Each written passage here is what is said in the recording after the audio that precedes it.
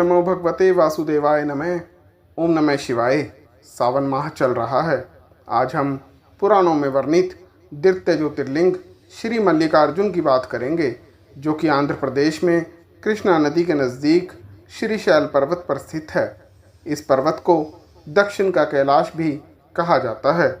कथा के अनुसार एक बार की बात है, भगवान शंकर जी के दोनों पुत्र श्री गणेश और श्री स्वामी कार्तिकेय विवाह के लिए परस्पर झगड़ने लगे। प्रत्येक का आग्रह था कि मेरा विवाह पहले किया जाए।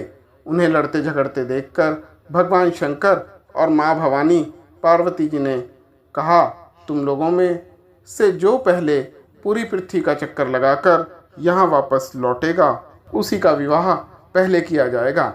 माता पिता की यह बात सुनकर श्री स्वामी कार्तिकेय तो तुरंत पृथ्वी प्रदक्षिणा के लिए दौड़ पड़े, लेकिन गणेश जी के लिए यह कार्य बहुत ही कठिन था। एक तो उनकी काया स्थूल थी, दूसरे उनका वाहन भी चूहा था।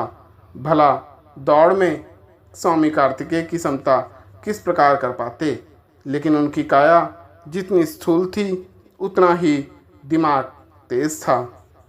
उन्होंने जल्दी से पृथ्वी की परिक्रमा करने का एक सुगम उपाय खोज निकाला। सामने बैठे माता पिता का पूजन करने के पश्चात उनकी 7 प्रदक्षिणाएं करके उन्होंने पृथ्वी प्रदक्षिणा का कार्य पूरा कर लिया। उनका यह कार्य शास्त्रों में वर्णित भी था, यानी शास्त्रों के अनुसार भी सही था, क्योंकि पित्रोश्च पूजनम कृत्वा प्रक्रांति च करोति या तस्य वै पृथ्वीजन्यम फलम भवति निश्चितम। पूरी पृथ्वी का चक्कर लगाकर जब कार्तिकेय जी लौटे, तब तक गणेश जी सिद्धि और बुद्धि नामक 2 कन्याओं के साथ विवाह कर चुके थे और उन्हें क्षेम और लाभ 2 पुत्र भी प्राप्त हो चुके थे। यह सब देखकर स्वामी कार्तिकेय अत्यंत क्रोधित होकर कौंच पर्वत पर चले गए। माता पार्वती वहां उन्हें मनाने पहुंची।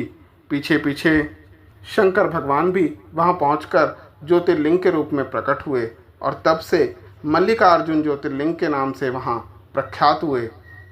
उनकी रचना सर्वप्रथम मल्लिका पुष्पों से की गई थी। उनकी जो सबसे पहले पूजा की गई थी वो मल्लिका पुष्पों से की गई थी। इसी कारण मल्लिकार्जुन नाम पड़ा। शिवरात्रि पर यहाँ पर एक बहुत बड़ा मेला लगता है। इस मल्लिकार्जुन शिवलिंग तथा तीर्थ क्षेत्र की पुराणों में अत्यधिक महिमा बताई गई है।